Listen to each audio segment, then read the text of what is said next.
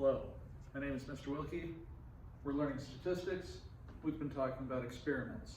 So let's talk about what makes a good experiment. To be a good experiment, we need three things. We need randomization, control,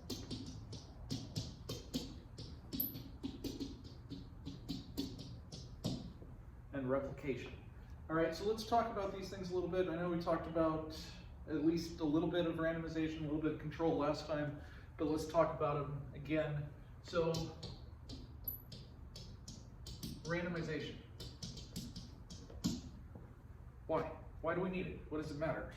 Well, let's think about it. I mean, if I were checking, like, I'm going to test a new drug to see if it helps you quit smoking. We like to talk about quitting smoking. You should always quit smoking before you start. It's much easier. Anyway, don't smoke. If I'm going to test a drug for people that quit smoking, it's probably harder to quit if you've smoked longer, you smoke more often, all sorts of different things based on how old you were when you started smoking, all sorts of things. It's going to make it more difficult. So we randomize it to get those variables under control. We want those variables to not make a difference. We want to have it sort of look the same on either side. And the wonderful thing about randomization is that's what it does. Okay, so randomization, random assignment.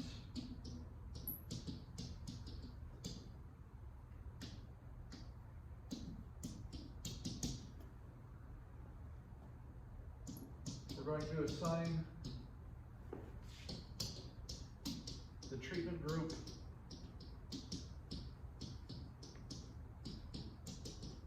using chance.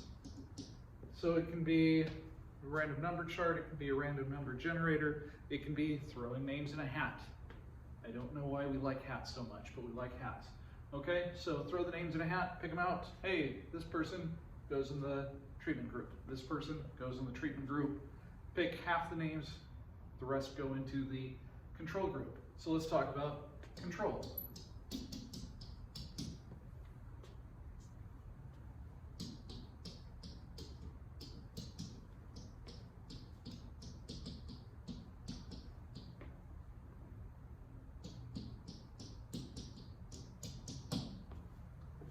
We want to keep all the other variables constant. We talked a little bit about confounding factors. We don't want any of those. We want all the other variables. We're just looking at the one thing. Does this pill help you quit smoking? No other factors in there, just that one thing. Everything else we want to be the same. We want to keep control. All right, replication.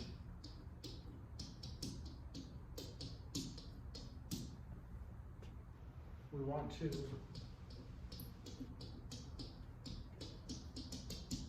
use enough experimental units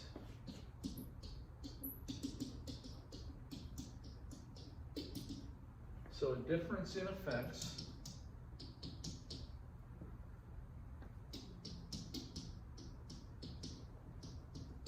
of treatments, okay? Difference of effects and treatments can be distinguished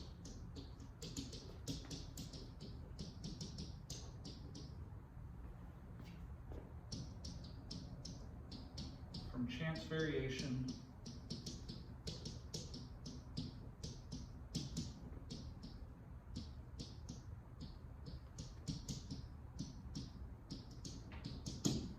due to random assignment.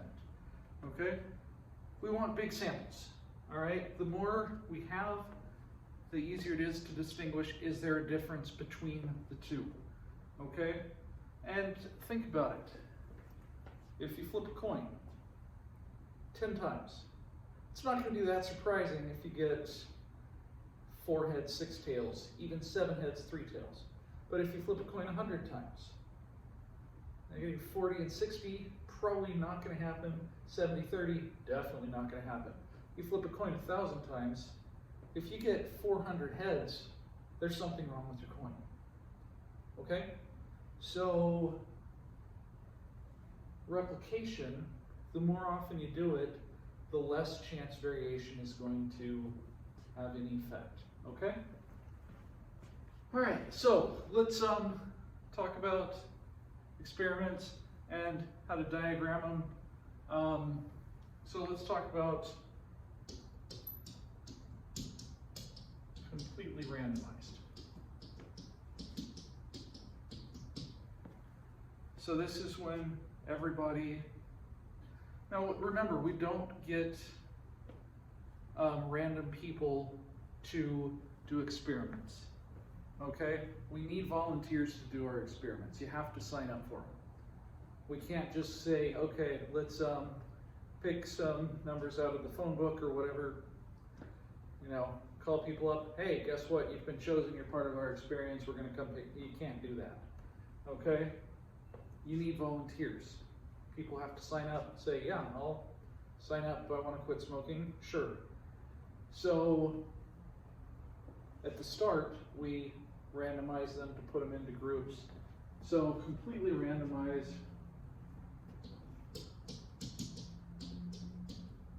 are assigned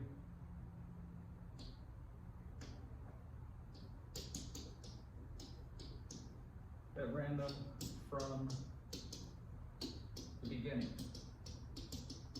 So let's say I have 100 people I want to get to quit smoking, okay? So I've got 100 people. For these experimental units, they're people, so they're subjects. 100 subjects, I'm going to randomly assign. Now, we want to put as close to half in one group, as close to half in the other group. So I'm going to have 50 for group 1, 50 for group 2. I'm going to give them the treatment. I'm going to give them the placebo. Okay? And then I'm going to compare. So this is a diagram of an experiment that's completely randomized. Okay? Completely randomizing a good thing to do? Yeah, well, we need to randomize them. Now, should we always completely randomize them? Not necessarily. Okay? It sort of depends on what we're doing. Okay? Now, let's talk about a block design. Okay? Now, if we're going to, if we want to use old SAT analogies, we can say a block design is to an experiment as a stratified random sample is to a sampling design. Does that make sense? So we're going to separate things first. Okay, so separate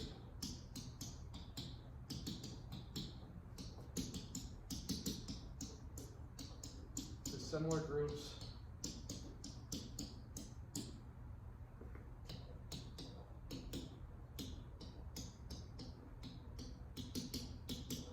and then randomize. So like I said, it's a lot like a stratified random sample, but since it's an experiment design, we call it a block design. Okay, so, excuse me.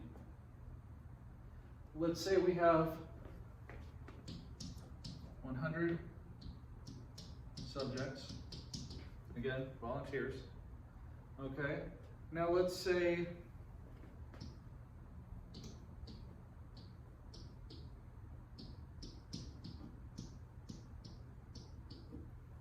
60 men, 40 women.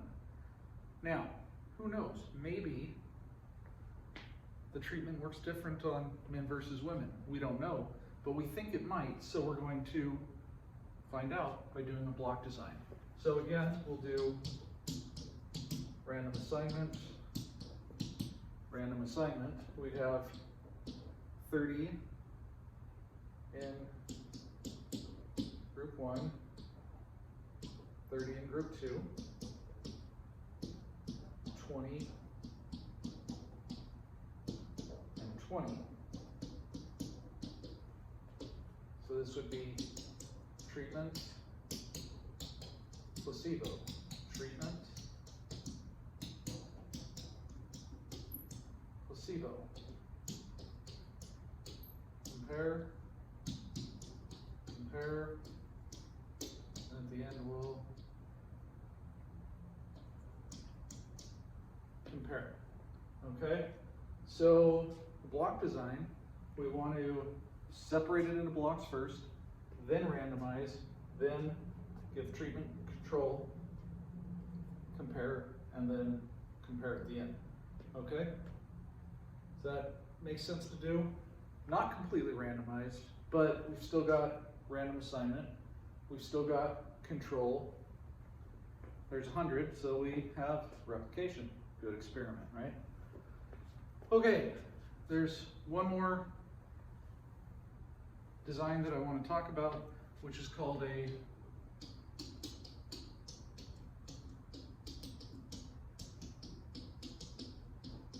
match pairs design. Match pairs design, we're going to compare two treatments.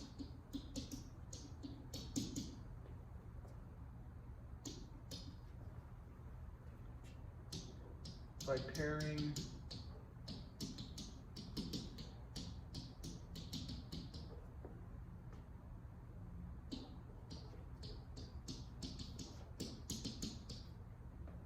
similar units and assigning two treatments randomly. Okay? Now, or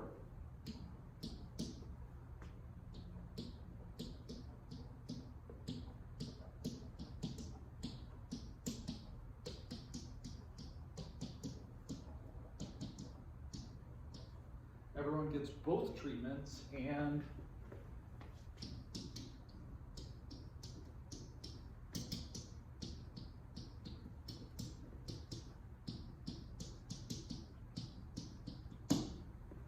the order is randomly assigned. Okay? So, well, let's think about this for a little bit. How many of you have taken some sort of SAT prep? A few of you, probably, or some sort of standardized test prep, ACT prep, something you want to do better, right? So how do you know that it works?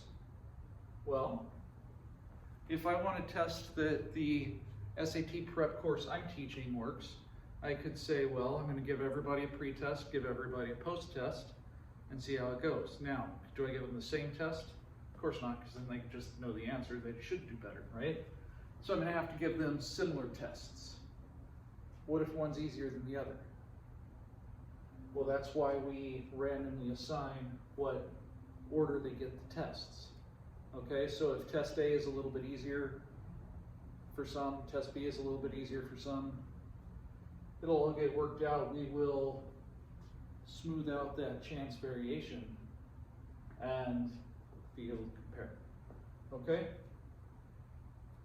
And that's it. Does that all make sense? Okay, once again, if you have any questions, type them in the YouTube comments. I do answer questions in there.